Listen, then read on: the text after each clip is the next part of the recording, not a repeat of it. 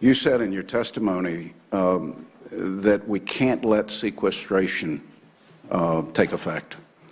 In Bob Woodard's book, The Price of Politics, Woodard credits you with originating the plan for sequestration. Was he right or wrong?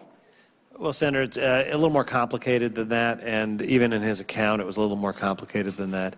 We were in a negotiation where failure would have meant the default of the government of the United States. And I hate to speed it up.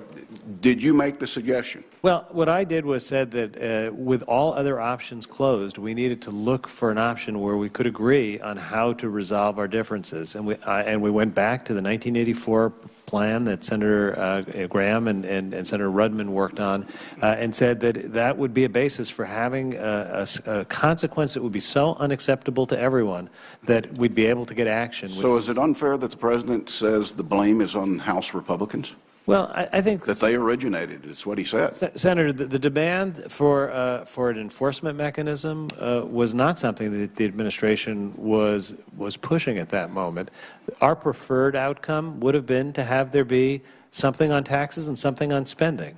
It was unacceptable to the other parties for taxes to be part of it, and the only spending-only alternative that anyone could think of that could be agreed to was sequestration, precisely because it's so objectionable that nobody could imagine it happening. I heard your testimony today that it shouldn't take effect. On November 21st, 2011, let me quote the President.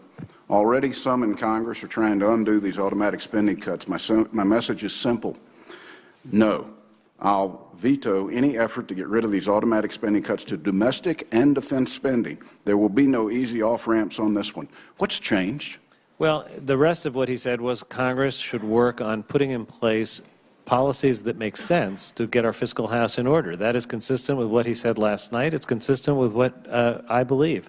This is not an impossible problem to solve. It would be better for the country if we have an agreement on a framework for solving our fiscal problems and not going into sequestration. Do you regret suggesting sequestration? You know, Senator, I look back at a time when a lot of people thought we were going to default. That was not an acceptable option, and I think that it should not have been the case that the good faith and credit of the United States was at issue, but that was what was at issue, and I think we had a solution that frankly should still work. Sequestration is so objectionable that we ought to just do our work and solve the problem.